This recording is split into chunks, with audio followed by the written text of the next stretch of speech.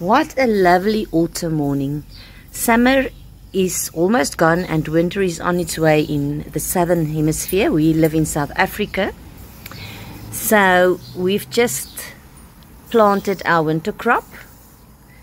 There's some nice lettuce and spinach, a bit of the marigolds left from the summer, but I do have calendulas.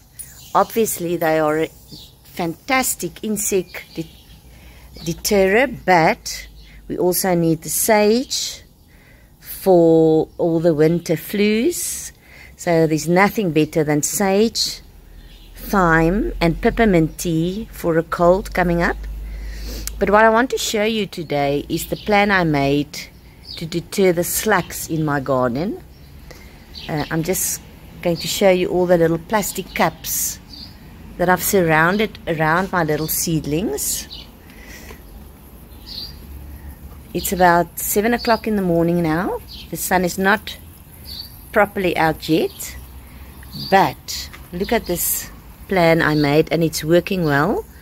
So you take a cheap plastic cup, cut it off at the bottom, and just cover your seedlings with that for the first 2 or 3 weeks, so that the slugs don't bother them. This is working well. We had a very rainy season this year, and with a lot of slugs. So and then definitely the mulch layer. Do not forget your mulch layer. They don't like walking on the mulch. And obviously it's excellent to keep the soil temperature stable. There's a nice thyme here. To keep the soil temperature stable, especially during the winter coming, as well as the even if it's summer in your area. So when this temperature, when the mulch layer is covering your veggie garden, it also protects your microorganisms, and the microorganisms, the good ones, they are the guys that's feeding the minerals to the plant roots. So you need to look after your microorganisms. So make sure to like my page so that we can learn together regarding all the wonderful soil microorganisms.